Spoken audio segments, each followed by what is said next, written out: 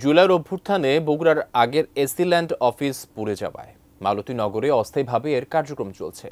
নতুন করে তৈরি করতে হচ্ছে কাগজপত্র, ফলে ভোগান্তির শিকার গ্রাহকরা। মালতীনগর এসিল্যান্ড অফিস থেকে বিস্তারিত জানিয়েছেন উত্তরাঞ্চলীয় ব্যুরো প্রধান জপল সাহা। ধন্যবাদ আপনাকে।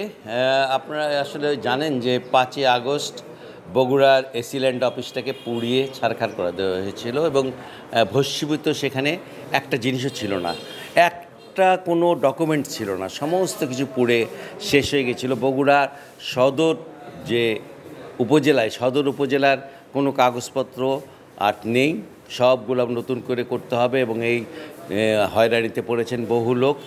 অনিয়মের কথা সবাই মোটামুটি কম বেশি জানেন যে এখানে ভূমি অফিসে টাকা দিলে পরে কাজ হয়, টাকা না দিলে কাজ হয় না। এখানে কিন্তু এই বিষয়গুলো নিয়ে আমি তাদের সাথে কথা বলতে চেয়েছি, কথা বলেননি তারা।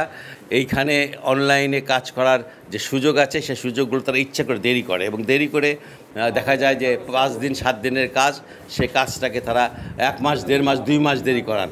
আমরা এখানকার অফিসারদের সাথে কথা বলতে চেয়েছি, তিনি আমাদের সাথে কথা বলতে রাজি হননি। এখানে একজন আছেন, আপনার তো কাগজ পুড়ে গেছে না, তাই না?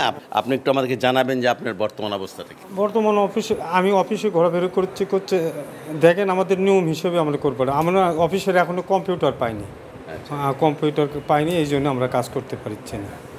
আপনি শুনতে পাচ্ছিলেন যে ওনারা বলছেন যে নিয়ম অনুযায়ী তাদেরকে কাজ করে দেবেন, অর্থাৎ নিয়ম অনুযায়ী, মানে নিয়ম মানেই হলো এখানে উৎকোচ যদি দিতে পারেন তাহলে এবার কাজ হবে, নাহলে কাজ হবে না। এসিল্যান্ড অফিসের এই অবস্থা কিন্তু আমরা অনেক দিন আগে থেকেই জানি। যাই হোক, এই ছিল আমার কাছে মোটামুটি সর্বশেষ সংবাদ।